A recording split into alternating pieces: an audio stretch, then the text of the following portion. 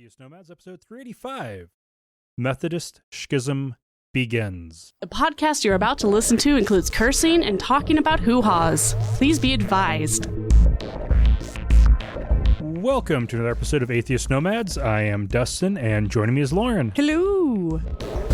And today, we do have one announcement before we jump into it, and that is our War on Christmas live stream is December 20. That's this coming Sunday at 2 o'clock Mountain Time, 2 o'clock p.m. Mountain Time.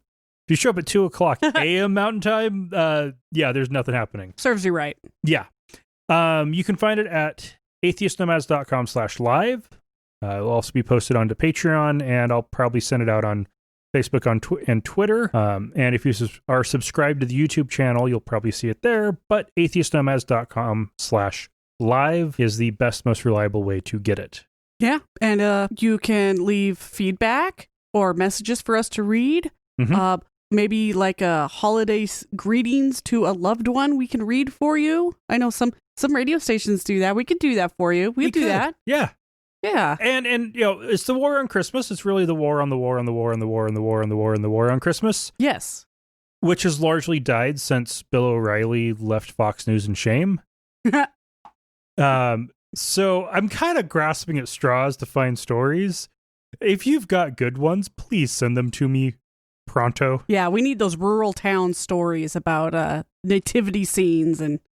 Like, I've got one that's kind of just sweet, adapting to Christmas and the pandemic, and then there's one that's Wisconsin and meat, and like there's gotta be more out there. The War on Christmas, COVID edition. Yeah. Anyway, it'll be good. I will find stuff. Don't worry. I have never failed thus far. I mean, you have. They've been short episodes.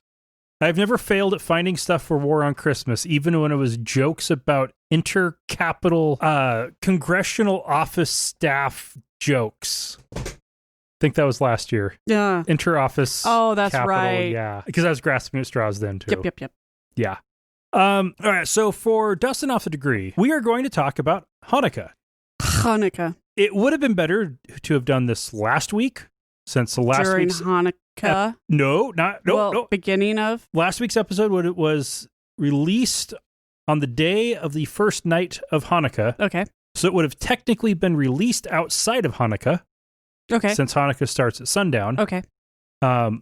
This episode is released on the day before the last day of Hanukkah. Okay. So as a couple of atheists raised in a very white Christian region, let's really dig ourselves into a hole here and talk about Hanukkah. I'm going to focus on the history. Okay. Thank God. Yes. This is opening us up to a whole lot of mispronunciation and misunderstanding. Becky, if you're listening, please call us out on anything. Becky, if you're listening, why aren't you here? Oh, that's a call out. There wasn't an invite. Yes. But yes, I did try to get a token Jew to talk about Hanukkah. Yes, I did just say that. And our other token Jew doesn't really do our show, so... She has really good reasons to... She has very good professional reasons to not... Private, talk about... So... She should be able to talk about her religion, though. I mean, they can't... Yeah. She's not even... No, it's just not even her religion. It's her ancestral... Her dad's religion, which makes her per the rules of the religion, not a part of the religion. Yeah, maternal. Yeah. Sorry, sidetrack, big time. Yes. So Hanukkah is, and okay, so from my areas of academic expertise, which, 15 years after college, does it really still count?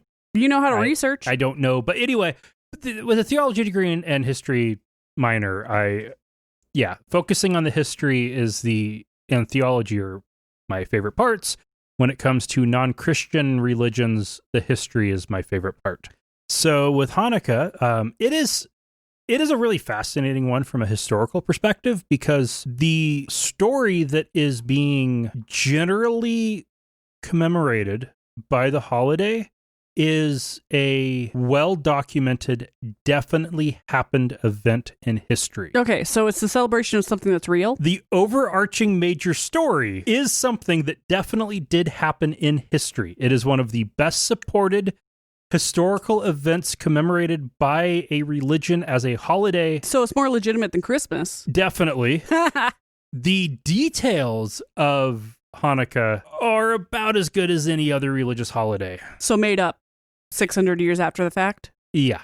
Oh, okay then. This is a story that starts with the Persian Empire. Even though some of it its link to that is probably a much later addition to the story.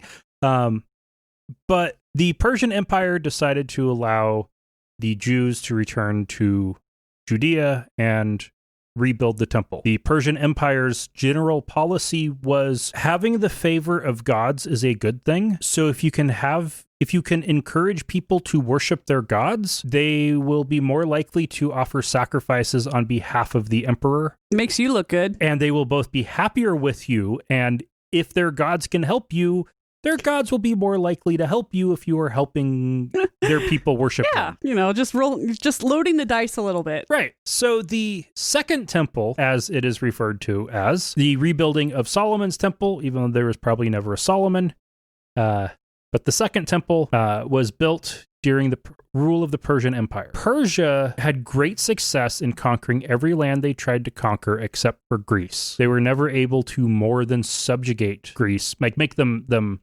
pay tribute, but never able to actually bring them under their rule. One Greek, Philip of Macedonia, managed to use that hatred of the Persians to conquer Greece. And then he was murdered by his son, who then destroyed the Persian Empire. Completely. Dad didn't go far enough, huh? Dad didn't go hardly anywhere. All he did was take over a couple islands and peninsulas. Alexander conquered the world. And by the world, we are talking from Greece to the Indus River and to all the way down to the Upper Nile. That is a very large stretch of land for any ancient empire. And as we all know, his empire did not survive him. So after his death at the age of 32, with an infant son, so young, his generals carved up his empire, and the top 4 generals each took a chunk of the empire. The final 2 dynasties descended from Alexander's generals were the Seleucids and the Ptolemies. The Seleucids, probably better way for everybody to think of it, the Syrians. They ruled out of Damascus. They started out ruling everything from the middle of modern-day Turkey to the Indus River and down to Palestine. By the time we get to the Maccabean story, they were shrunk way, way down to basically modern-day Syria and Israel. That was about all they had left. The Ptolemies were just down in Egypt, and they fought a lot. That's the PT one, right? Yep. Yeah, I remember that. And as they were fighting, they would fight over and occasionally swap control over Judea, which if you have 2 kingdoms fighting over your territory, you will suffer. Nobody wins. You will suffer greatly. Well, as the Seleucid Empire was dying, and it was dying horribly, like they were weak, their economy was failing, their non-Greek subjects hated them, and they had more powerful empires around them pressing on them. The Parthians in Persia and the Romans moving closer and closer in. And they did what often happens when countries start failing. They appealed to orthodoxy. The decision was that all subjects of the Seleucid Empire must be good Hellenists. Okay. That means good Hellenistic people. They need to be good Greeks. They have to make sacrifices in honor of the king. They should be speaking Greek, and they should be making sacrifices to the gods. Plural. Okay. And monotheism was a really weird concept to anybody at that time. It probably would have also been a weird concept to any Jew at that time. They were more likely henotheists, where they just worshipped one of the many gods. But to worship... that makes more sense to me anyway. But to worship any of the other gods would have been horrific. And the other... nationalism! Yay! Big Hellenistic push that the Seleucids did was pork. Everybody had to eat pork, and they had to include pigs in their sacrifices. To Jews, that was anathema. When the Jewish high priest refused to take part, the authorities took over the temple. Were they all like, no, they have the intelligence of a 3-year-old? I'm making fun of vegans. No. Or vegetarians. No. No, nothing like that. No, they just, I know. They took over the temple and they started making sacrifices. This is referred to as the abomination of desecration, I believe. It was a big bad deal to the Jews. That sounds terrible. Yeah, like the ultimate abomination. Pigs being sacrificed to foreign gods in their temple. Yeah, that's pretty insulting. So they were pissed. So a family of priests, the Maccabees, beat their plowshares into swords. Not really. They got a hold of a bunch of swords and they killed the Seleucids and took over the temple and regained gained independence, creating the Maccabean kingdom. One way of looking at this is God was on their side and allowed them to win. The other is the Seleucid Empire could barely afford an army at all and couldn't afford to put down a rebellion on their southern border while trying to fight off an empire on their eastern border. Yeah, you'd think that the last thing they'd do is go around and start inciting violence. They thought it would bring order and cultural... Law and order? Yeah, basically, yeah. They thought that was the secret to law and order. Dun dun. It obviously didn't work. And so in the... Did you get my TV show reference there? That was good. That was good.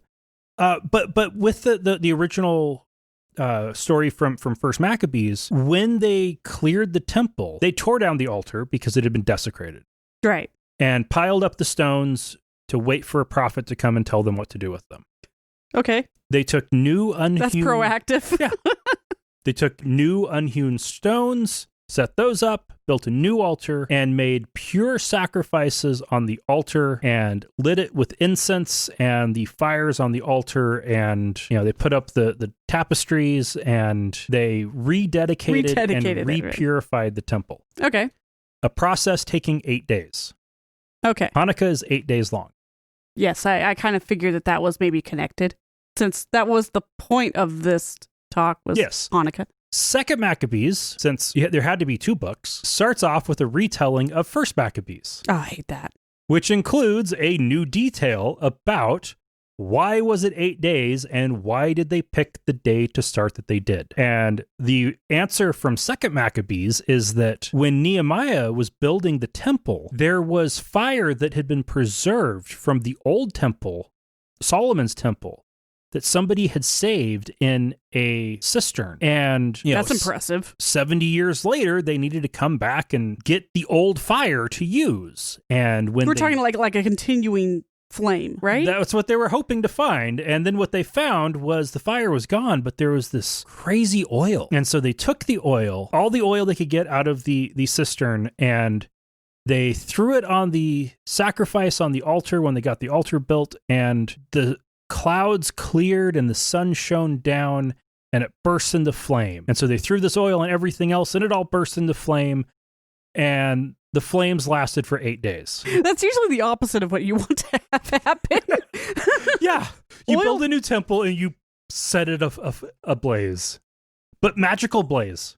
Oil fires, man. Those are nasty. Magical oil fires. Yeah, okay. Magical oil fires. So that's the version of it you have from Second Maccabees, probably 40 or 50 years after First Maccabees. It's 8 days because that's how long the oil lasted. That one also brought in also a little bit of an explanation of it involved because of the timing of completing the building of the temple, that they needed to move the date of the Feast of Booths, which is 8 days long. That is a feast where Jewish people build tents on their balconies or in their yards and go and live in tents for 8 days. Okay. Well, that sounds awful. Nope. And so then, that's the version at that point. Okay. Later, after the destruction of Jerusalem, the destruction of the temple. I'm seeing the scene from Futurama. Yeah. Where civilization is rebuilt and then torn down. Aliens. By the time you're getting into rabbinic, full-on diaspora Judaism. That's a lot of words I do not know. It's the Judaism of the rabbis, not the priests. Okay. Because the temple's been destroyed. Okay. And the diaspora because they have been driven out of Jerusalem and Israel under threat of death under the Roman Empire. Okay, thank you. because of the Bar Kokhba revolts. Okay. So about 600 years after the Maccabean revolt, so we're talking around the year 400 or so, a rabbi was writing about Hanukkah and said that when the Maccabees were clearing the temple, they found all of the vials of oil that were, because they needed to light some candles, but they needed oil for it. And they're looking for the oil they can use, and almost all of it had been desecrated by the Greeks. They found one unopened vial from the high priest. It still had his seal, but it was only enough for one day. And when they reopened that, it lasted for 8 days, which was the amount of time they needed to be able to press new olive oil and make it ready for lighting candles. So this was, okay, and this is what I grew up hearing. This is what became the one thing of oil Hanukkah. Lasted 8 days, which was a miracle, but I never heard anything about the revolt and the 8-day burning of the... Okay. Wow. Yeah, so and this was just a priest later, or a rabbi later, rewriting what had happened? And getting the details different? Either there was a oral tradition that had been passed down, or more likely details being created whole cloth. Mm-hmm. That it was an adaptation of because there's definitely at that time period, a rabbinical tradition of taking liturgical license. Yeah, okay. Where you take the message and you make a story out of it. Nobody expects the story's actually true. Nobody's thinking of it like that, but it adds meaning and value by creating a more full narrative. And you could easily look at it as that rabbi did that to the story from Second Maccabees, which had done that from the story from First Maccabees. Okay. And they just kept adding stuff, and they added in oil, but then you needed to actually tie the oil from the two events together and make it all into one nice happy thing and put a bow on it in a way that people can commemorate to honor the Second Temple from their homes in Russia. Okay. Oh. Or Spain. Wherever they were driven wherever to. they were at. Hence the home menorah. Yeah. Okay. So you have it in the home. There's the one candle in the middle that is used to light the other candles. One candle for each day. This was a very minor thing until the 19th century, when liberal and secular Jews started using Hanukkah as their kids' alternative to Christmas that their Christian friends would be celebrating. Okay. Since it falls in late November or December, it's close enough. Absolutely devastating to be a little Jewish kid in a very Christian community being made fun of for not getting presents because you don't believe in Santa. So then you bring in which has nothing to do with presents. Christmas. Yeah. So then you bring in 8 nights of presents. So modern Hanukkah is as new as modern Christmas is. It's just it's just longer and on a slightly different time. Okay.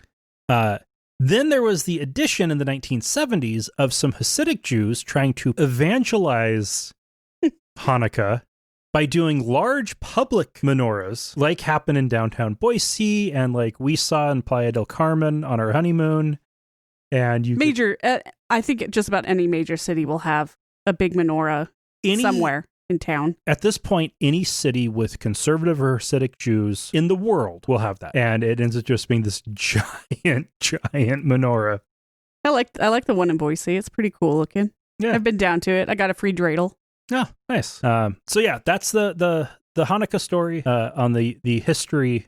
Very nice. The more you know. Ding. I'll just keep gambling with my dreidel. So in news, I was so excited to get to cover a active modern day current schism. Love that word. And then this little thing called COVID had to get in the way. Damn it.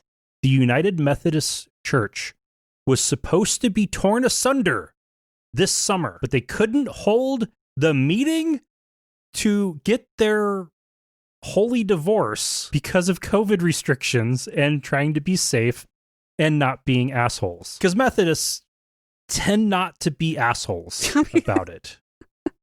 They'll be passive aggressive as all hell, but they won't be straight out assholes. Well, one group of Methodists got impatient with this. And so they held Zoom meetings to create the Liberation Methodist Connection. Wow. Connection spelled Connexio. Oh, wow. You can hear my eyes rolling on that one. But hey, they're actually like the good guys in this story. So this, under this plan, because the original idea was the split was going to be over ordaining LGBTQ ministers and doing same-sex marriage. The churches who were cool with gay people were going to keep most of the money, and the churches who were not cool with gay people were going to be getting some financial support from the rich white churches that were cool with gay people. As a general rule of thumb, the not white churches, the not American churches, and the conservative white American churches would have been in the anti-gay group, and the pro-gay group would have been your white liberal Methodists. This is the super liberal, mostly white Methodists. Really mayonnaising it up there. Oh, yeah. And I wouldn't be surprised if after the split's done, they end up merging back in. But we'll see. Because their concept is that they are not, and by calling them a denomination, it's 40 people at this point. Aw. It's 40 Methodists who were tired of waiting and wanted to be able to have a gay-affirming church. Aw. Online Zoom church. So Their idea is that what they want to embrace, quote, full participation of all who are living out their God-given identities and expressions. So this includes people of all gender expressions and sexual identities, races and ethnicities, mental and physical abilities, sizes, and ages. They're also saying that theology is not written in stone and are trying to tie in Methodist theology with liberation theology from Latin American Roman Catholics. Liberation theology is also something that got stolen by evangelicals to create the prosperity gospel. It's one of those, like any framework that can go multiple directions. And is one that would be well worthy of a dusting off the degree. Write it down. But this Liberation Methodist Connection believes that correct doctrine is less important than correct action, and that being kind and loving to people is more important than believing the right thing. That's exact opposite of a bunch of Christians, but I like it. Let me just put it this way. If all Christians were liberal Christians, we would not have a podcast. We'd all be buddies. Right. If they were all like the Church of Christ on Rose Hill with the pride flag, nobody would care how many gods you worship, if any. Yeah. Everybody would just be fine and cool with each other and life would be good. If we can get to that point, that would be great. We just need to get rid of all the fucking evangelicals. Yep. And Catholics and... I don't mean getting rid of the people, getting rid of the religion. I want to make sure that's clear, but not in any forceful way. Here's your shovel. Keep digging. And the Secular Democrats of America Political Action Committee has a 28-page document that they've got. You mean a manifesto? Jeez. That has gotten the support of Representatives Jamie Raskin and Jared Huffman, the co-chairs and co-founders of the Congressional Free Thought Caucus, that will be delivered to the Biden administration on their way in. Nice. Interestingly, the Secular Democrats of America's acronym is SDA, not to be confused with Seventh-day Adventist. Yeah, that's pretty funny. There's already a lobbying group by the acronym of SDA on Capitol Hill. Every acronym's been taken. So many lobbying groups. So they have a bunch of policy recommendations. A lot of these are going to be familiar from conversations we've had on the podcast with Nick Fish from American Atheist and Casey Brink from Secular Coalition for America. It's to push back on the Christian nationalist movement. It's to try to fix the court issues, try to reframe patriotism in more inclusive ways, encouraging politicians to avoid terms like God and country, trying to get non-theistic and humanistic chaplains in the military, more non-religious representatives at interfaith gatherings, and going back to E Pluribus Unum instead of In God We Trust. That would be so awesome. It is very much a push for changing the dialogue. Yeah. It's not about like forcing anybody to change their minds on anything. This is about trying to change the dialogue to make the country more inclusive to secularists and take away ammunition that Christian nationalists use. Because every time God shows up in the Democratic Party platform, and every time a Barack Obama or Joe Biden says, "and God bless America," Christian nationalists cheer. That's proof to them that even the Democrats agree. Yep. And it gets old. Real fast. Uh-huh.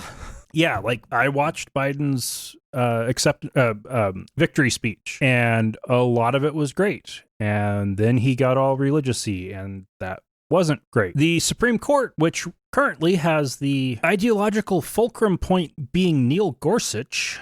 That's not a seesaw you want to be on. No.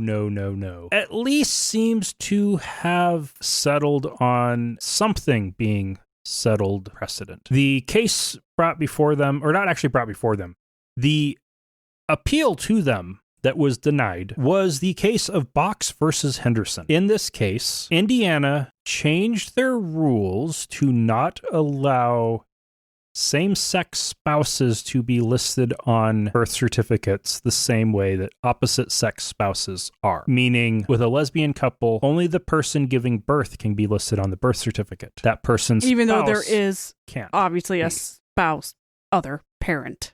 What's really stupid about this one is when you look at the way birth certificate laws are written, at least this is the case in Idaho's, it doesn't ask who the child's father is. It asks who the mother's husband is. Yeah, so the spouse, not who's going to be there to help raise the kid. Yeah, that's really the question it's asking is and anybody who's ever had an abusive parent sighs in relief. And so that even with that framework, the way it's set up, it already isn't, those laws aren't written around biology. It's still about the spousal relationship. But they want to turn it into... They want to turn it into something that it hasn't been for as long as there have been birth certificates, which aren't that old of a thing anyway. Yeah. 20th century invention. And so... Yeah, so this case, it went through local courts, it went through appeals courts. This has been drug out for years. Like the Seventh Circuit Court didn't rule on this case until after the Supreme Court had handled an identical case from Arkansas in 2017. So it's done. It's been done. Yeah. It's been ruled on. So in Time to drop it. Yeah, in 2017, the ruling was, we're serious. Marriage equality means marriage equality. Don't try to whittle this away. And with this one, they couldn't even get 4 justices to say, no, let's try to whittle this away a little bit. So that's encouraging. Now, for the almost exact opposite, Hungary just passed a new law banning same-sex couples from adopting children. Because fuck those orphans. Yep. What had been happening was the adoption was something where it needed to be a married couple adopting a child or a single close relative. Okay. That started getting loosened a little bit, and same-sex couples were adopting children. Hungary doesn't have same-sex marriage, so it would be one person in the couple adopting the child. The couple couldn't do it together. Well, this new law put forth by Prime Minister Viktor Orban, the right-wing, getting pretty close to dictator in his 10 years in power, president of Hungary, it declares that family is based on marriage and the parent-child relationship. The mother is a woman, the father is a man. The rule now is that only married couples can adopt a child. Any exceptions require explicit approval from the government. So in the case of a close family member who is single, yeah. That sucks. And they even went as far in this to, quote, Hungary defends the right of children to identify with their birth gender and ensures their upbringing based on our nation's constitutional identity and values based on our Christian culture. Oh, gross. I love how they frame that. Like kids are being regenderified by force. Yeah. I've never actually heard of it happening. I suppose it could happen. But no, that's not how this works. That's not how any of this works. Yeah, it's a non-thing. But he doesn't want even the possibility of that. Yep, no. The expectation, and I'm sure any single person trying to get government approval to adopt a child would have to affirm to raising that child as a conservative Christian. Yep, of the gender that they were born with. Yes. Ugh. The EU is, because Hungary is a part of the EU, and Poland has just done some anti-gay lockdowns as well as banning abortion. Boo. The EU is trying to negotiate with these countries. They know that if they try to pressure them too hard to be modern liberal European democracies, that they'll just veto the EU's budget, because everything with the EU can be vetoed by any member. Yeah, I don't know. At that point, you'd almost want them to just leave the EU. And be right in the arms of Mother Russia. Yep. All according to plan. Right, Putin? Putin on the Ritz. Putin loves conservative forms of anything because it creates a stark contrast to liberal secular democracies. And the sphere of countries around his border that used to be a part of the USSR and used to be a part of the Russian Empire, in his mind, have all been seduced by liberal secular democracies, and he wants to get them pushed back. Right. Oh, hungry. All right, so we got a couple local stories. Ammon Bundy has been assembling dozens of people at a Emmett warehouse. I'm assuming probably the same one where he held his disappointing to himly attended anti-COVID lockdown Easter service for training and meetings for their People's Rights group. This is a group who is actively involved in protests against COVID restrictions. And by people's rights, it's literally people's rights to not follow government mandates around COVID-19. That is literally what it is. Yeah. And on last Thursday's meeting, there were references to escalation of conflict, needing to prepare, quote, before the world comes to an end. End quote. There was a text message before the meeting that they need to prepare for, quote, the force that is evident to come upon us, end quote. What does that even mean? What is that? Well, at least one member of the group, a couple days before that, had been arrested for disturbing the peace while protesting outside the home of one of the Central District Health Board members. Oh, yeah. The infamous. Yeah. The armed mob outside of her home with her children in it. Yeah. Yeah. Yeah. Loud armed mob. Armed, and again, I'm going to repeat this. A group of people shouting outside of somebody's home with guns is a mob. Not a protest. Yeah. The correct response to a protest is listen or ignore it. The correct response to an armed mob is call the police and run for your life. Yeah. That should have been squashed. This group is actively preparing and training for military engagements, particularly with small groups of 5 to 10 people. They are arming up and training on ham radio use. Yeah, these guys are serious. They're going to attack something. And in their religious discussion around it, Bundy quoted in one of his lectures to only use the violence when it is righteous. Quote, it is never righteous to use it in offense. Right, that's his deal. You never go on you never throw the first punch. You get somebody to punch you first. Right. You take over a government building. You take over a government building. To get somebody to punch. You incite a mob outside of somebody's house. You break into council meetings. You do everything you can to get somebody to punch you. And then you let loose your who are more than willing to shoot the cops that everybody's trying to, figure out. And part of me still wishes that they just would have done that in the first place and avoided this whole thing. But yeah, when most of the cops of your town are a part of this group, there's not much you can do. No, that's actually, most of the cops aren't part of this group. Oh, I heard that Emmett police were pretty much. Oh, at least Boise cops aren't. Oh, yeah, not the Boise cops. No, they got a lot more on their plate. But Emmett is like A trash town. Beautiful river. Yeah. Nice cherries. Yeah. And the Boise Police Department does have a liaison with this group. They have liaisons with most groups who plan protests, but Boise Police also makes a point of trying to not monitor politically motivated groups. Cover their ears. La, la, la, la, la. Uh-huh.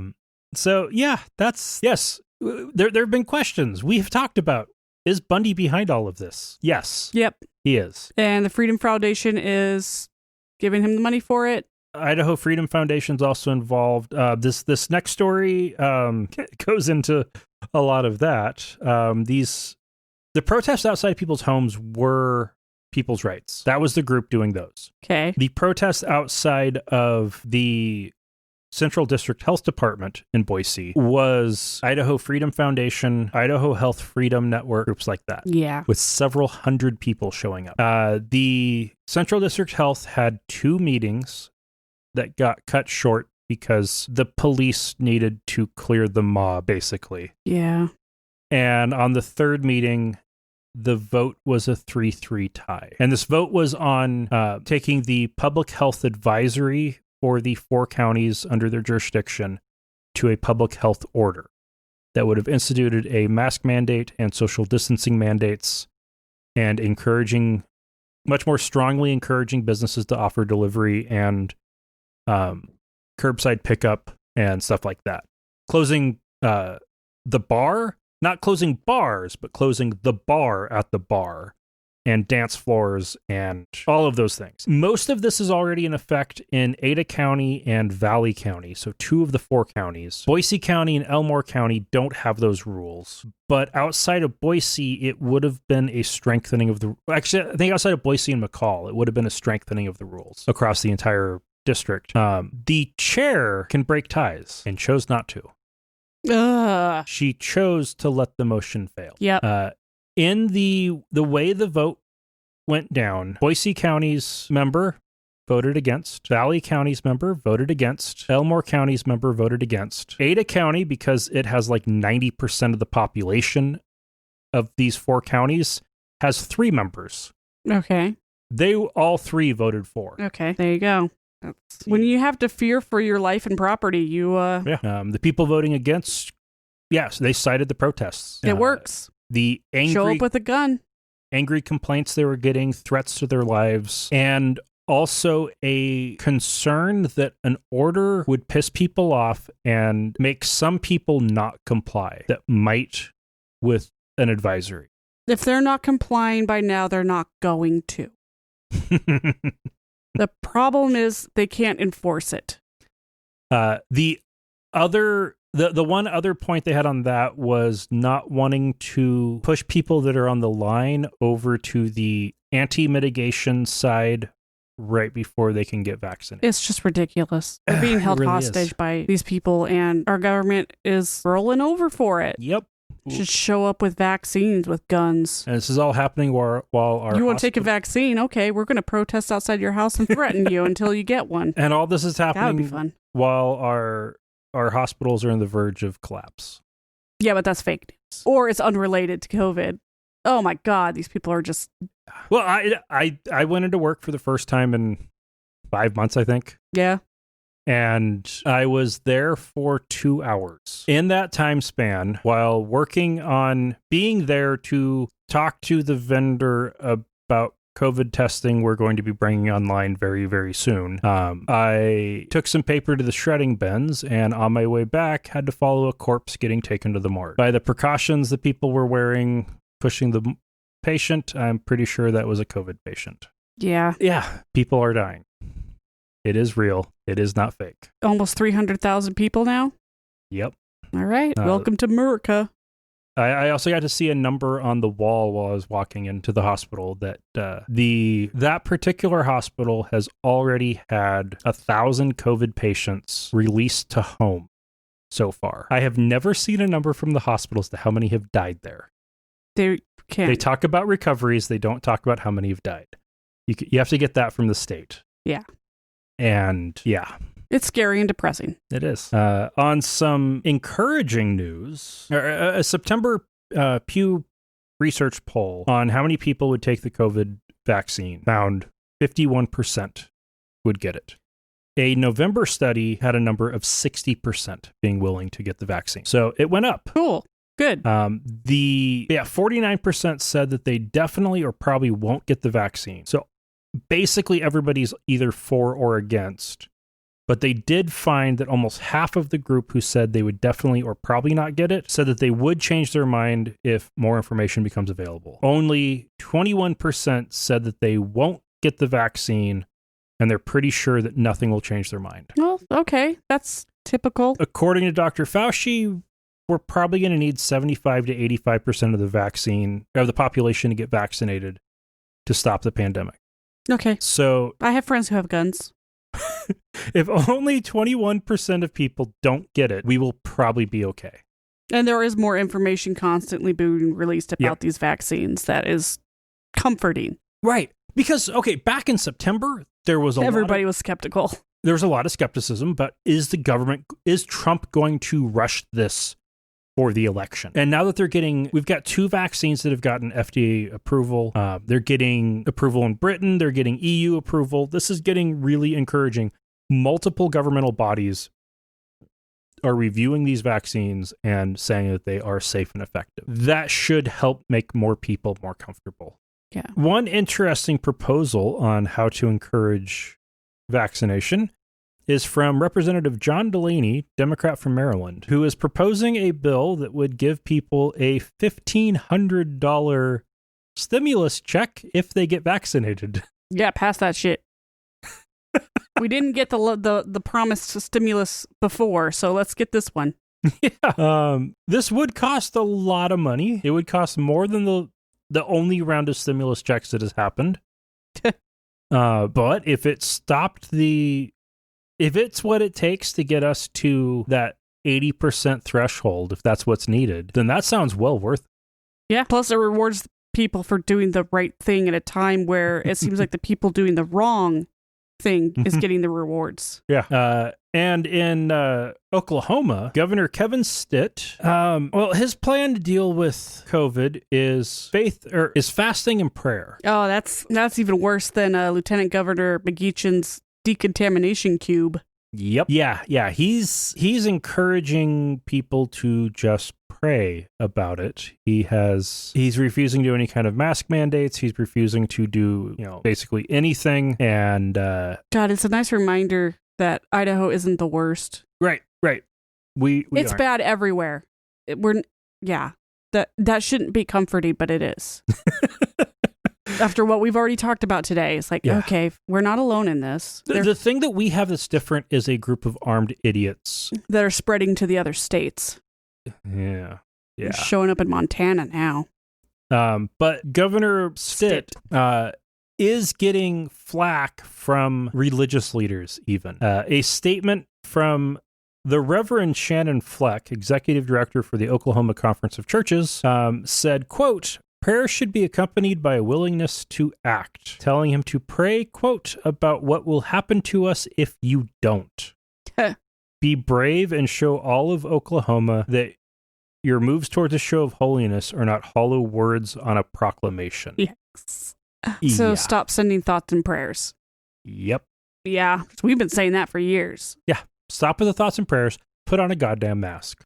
Or don't leave your home. Right. We just don't want to see you anywhere. So like at work now, to be in the hospital working, you have to wear a mask at all times. It used to be earlier that you only had to wear a mask if you were in a hallway or a common space or in a shared working space. But if you were in a private office with a door that closes, you could take off your mask. It's now, if you are in the building, you must be wearing a mask. I would much rather be home and not have to wear a mask. While I was there, I wore a mask the whole time because that's the right thing to do. It just wreaked havoc on your beard. It combed out. He's been putting beard oil in his beard. Very shiny. But it's right. If you can be home, you don't need to worry about it. And that's great. Yeah. But if you're going to go out, just wear a freaking mask. All right, we have feedback. We got a message on Facebook from Jay Lynn. She wrote, quote, "You guys finally guilted me into feedback asking for it every week." Booyah. Okay, so I found your podcast about a month ago, and I can just say I fucking love you guys. Aww. As a born and raised Idaho girl, it is so refreshing to hear voices of reason. Lauren's intro warning makes me literally laugh out loud every damn time. Hoo-has. My sister-in-law is married to an evangelical pastor in Twin Falls, and my husband and I make a point to watch his sermons every week. Ugh. We call it Bigotry Sunday. And adding your podcast into my weekly routine has definitely improved my sanity and hope for the world. As a biochemistry grad who's certified to teach 6 to 12 science, you can only listen to your bigoted brother-in-law spew so much nonsense. The virus being a hoax that will end after the election, the earth being 6,000 years old, the normalization of homosexuality causing the downfall of society, abortion is murder, and any pastor who's pro-choice is not an authentic Christian. I wish I had the faith that Abraham did, and that if God asked me to kill my daughter, that I would be dedicated enough to wake up early. He said that one in front of his 11-year-old daughter, mind you. The list of bullshit out of this man's mouth is nauseating, and it goes on and on. But then I get a breath of fresh air when your podcast posts. Thank God for atheist nomads. Seriously, though, keep up the fantastic work. Hope to hear more about the new chapter of the Satanic Temple here in Idaho if you have a chance at some point. Hail thyself. Nice. That was such a nice thing to hear. Sometimes it just does feel like you're just speaking to the void when you're looking at the news, and to hear that somebody gets it. Yeah. And, you know, there's some camaraderie with that. It's not limited to just people here in Idaho. It's just if you're just stuck in that red zone, in that the people around you just don't seem to be listening to logic or reason or science, you start to feel really isolated. And podcasts are a fantastic way to break out of that. Well, and I look at these stats. Most of our downloads come from liberal areas, which isn't surprising. No. But like only 80% come from the US. Less than 80% are from the US. We have a surprising number of listeners in Europe. Whoop, whoop. We have listeners in Canada, Australia, New Zealand, and people in South America, Central America, the Caribbean, like almost every country. There are people who download this podcast. There are people living in places who download this podcast who could get executed for listening to this. Tor. Is that still a thing? Yeah. Oh, yeah. It is very much a thing. It is easy to think that we have it worse here than everywhere else. And there are people listening for whom hearing about how bad it is here is a breath of fresh air for what they have at home. The white people problems.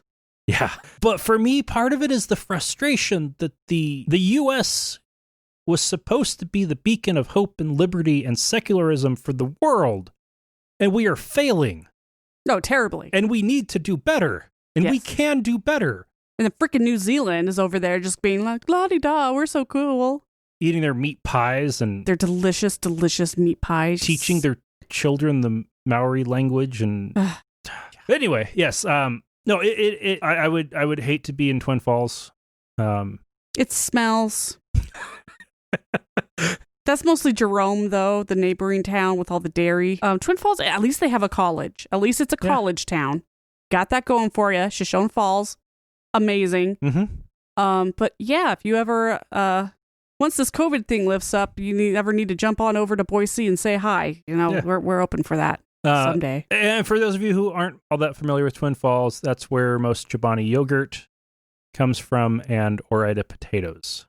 Sweet. Not sweet potatoes. I mean... Right. Regular potatoes. Regular russets. Yeah. Good old bland russet. Yep. All right. Well, if you want to support the show, you can find out how at atheistnomads.com/donate. And if you want to contact us, you can use the contact form or the speak pipe button, or hit us up on social media, or carrier pigeon. Yeah, I'll accept a carrier pigeon. Raven. Definitely a raven. I'll feed it meat. Dragon breath. We've been watching My Little Pony. We have a 3-year-old girl. Of course we are. We are watching My Little Pony. She's just happens to be in the room. She really likes it, though. This third time around. This time she likes it. All right. Thank you. So that wraps it up for this week. Remember the live stream on Sunday. And until then and next time, remember, not all those who wander are lost.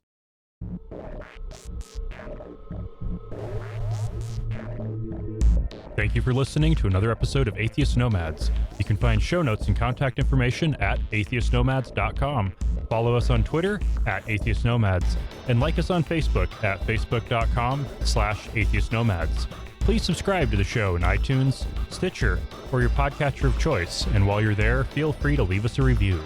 Theme music is courtesy of Sturdy Fred. Until next time, this has been the Atheist Nomads.